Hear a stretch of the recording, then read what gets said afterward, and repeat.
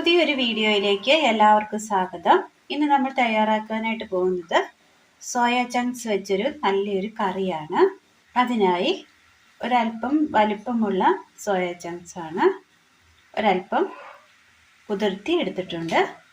കുമ്പളങ്ങ കട്ട് ചെയ്തെടുത്തത്, ചെറിയൊരു പീസ് മതി. ചെറിയൊരു സബോള അരിഞ്ഞെടുത്തത്, തേങ്ങ തിരുമിയത്, ഒരുപാടൊന്നും വേണ്ട, ഒരല്പം മതി. സാധാരണ കറിക്കെടുക്കുന്ന അത്രയൊന്നും വേണ്ട. ഇനി ഇത് തയ്യാറാക്കുവാനായിട്ട് അടുപ്പത്ത് പാൻ വെച്ച് കൊടുത്ത് എണ്ണ ഒഴിക്കാം. ഇതിലേക്ക് ഒരു 2 വെളുത്തുള്ളി, ചെറിയൊരു കഷ്ണം ഇഞ്ചി അരിഞ്ഞത്, ഒരു പിടി തേങ്ങ,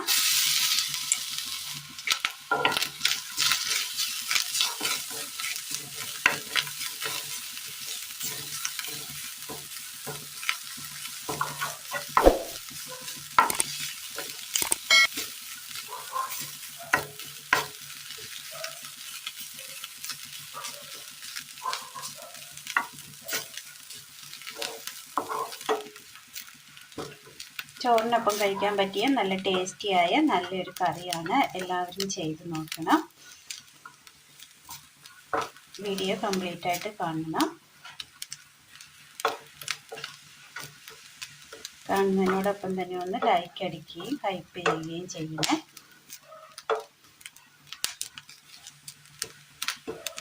തേങ്ങയൊന്ന് ചുവന്ന് വന്നിട്ടുണ്ട്.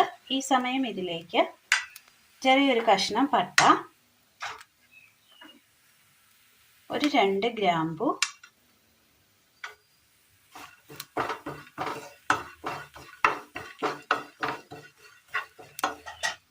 മല്ലിപ്പൊടി, മഞ്ഞൾപ്പൊടി, മുളക് പൊടി,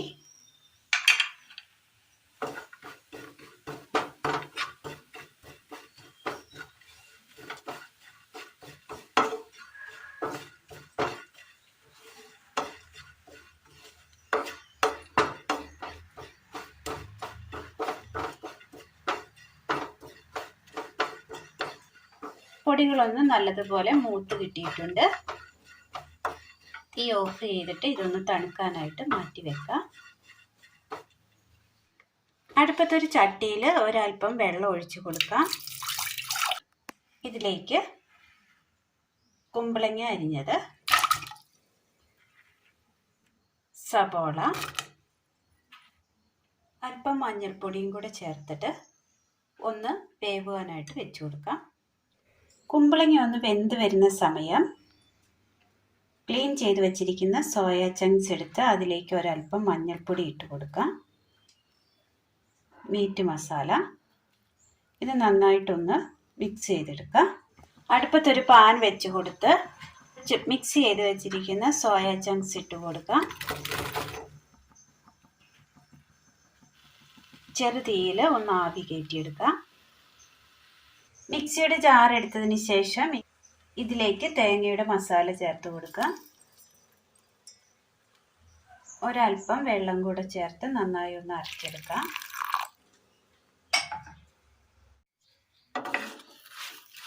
ഒന്ന് റോസ്റ്റ് ചെയ്തെടുത്തിട്ടുണ്ട്. ആ വെള്ളമൊക്കെ ഒന്ന് വലിഞ്ഞ് എണ്ണയൊന്നും ഒഴിക്കാതെ വെള്ളമൊന്ന് വലിഞ്ഞ് മസാലയൊക്കെ അതിനകത്ത് പിടിച്ച് കിട്ടിയിട്ടുണ്ട്. തീ ഓഫ് ചെയ്യാം. ചട്ടിയിൽ വേകുവാനായിട്ട് വെച്ച് കൊടുത്ത കുമ്പളങ്ങ വെന്ത് കിട്ടിയിട്ടുണ്ട്. ഇതിലേക്ക് ഉപ്പ് ചേർത്ത് കൊടുക്കാം. അരച്ചു കൊണ്ടുവന്ന തേങ്ങയുടെ അരപ്പ്,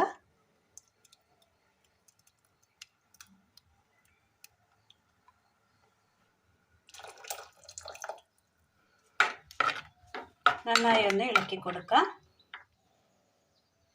ഒന്ന് തിളയ്ക്കണം.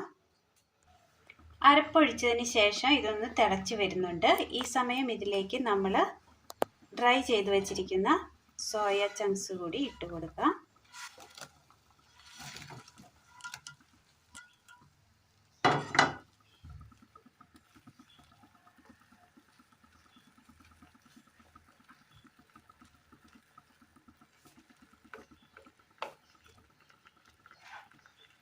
നന്നായി തിളയ്ക്കുവാനായിട്ട് മൂടി വെച്ച് കൊടുക്കുക. നന്നായി ഒന്ന് തിളച്ച് കിട്ടിയിട്ടുണ്ട്. ഈ സമയം ഇതിലേക്ക് കറിവേപ്പില ഇട്ട് കൊടുക്കുക.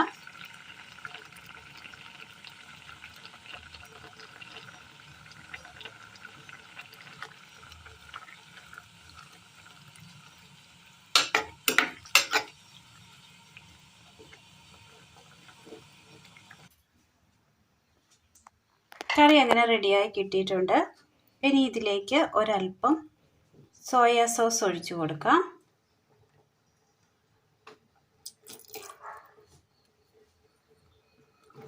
ഒരല്പം സോയാ സോസ് ഒഴിച്ചു കൊടുത്തിട്ടുണ്ട്.